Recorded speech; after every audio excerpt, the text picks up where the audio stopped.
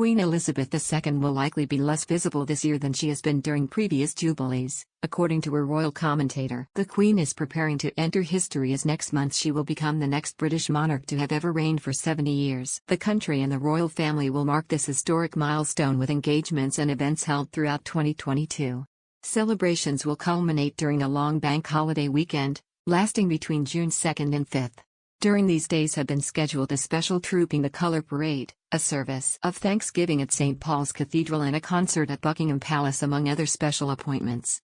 While Buckingham Palace is planning to mark the Platinum Jubilee with grand celebrations, it will also likely take into account the monarch's age and health state, according to Joe Little, the managing editor of Majesty magazine. As a consequence, the monarch may not attend over the next months as many events as she did over her past Jubilees, Mr. Little said.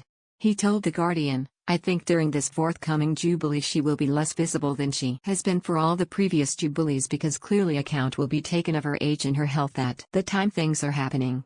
So Charles and Camilla, and William and Kate, are likely to be bobbing around the country and Commonwealth, COVID restrictions permitting, on her behalf. Another royal commentator, Hugo Vickers, also noted Jubilee, whilst being great fun, can also prove very tiring on elderly royals. He said, "I remember Princess Anne saying at the time of Diamond Jubilee that the family had to rally to make sure the Queen and Prince Philip did not get overtired. So I think she is going to do about 10 notable things that will be high profile. This Jubilee will be the Queen's first without Prince Philip at her side, as the Duke of Edinburgh died in April last year."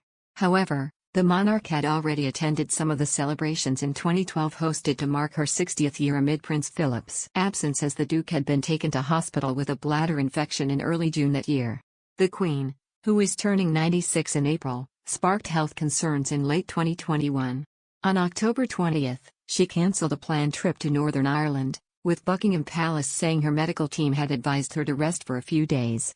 Fears grew after it emerged the Queen had been taken on that day to hospital to run preliminary tests, the results or nature of which have never been disclosed. Her Majesty has since cancelled all her royal duties outside of palace walls.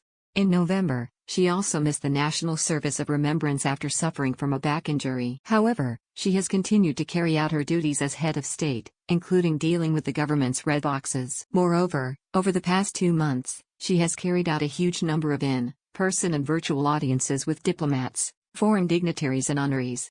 The Queen was last seen in public in late November, photographed on her way to the private double christening of Lucas Tyndall and August Brooksbank. As her latest public duty of 2021, she delivered her yearly Christmas broadcast, which was entirely focused on her late husband. In her moving speech, the Queen opened up on her grief, saying, "Although it's a time of great happiness and good cheer for many, Christmas can be hard for those who have lost loved ones.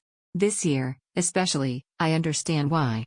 But for me, in the months since the death of my beloved Philip, I have drawn great comfort from the warmth and affection of the many tributes to his life and work, from around the country, the Commonwealth and the world.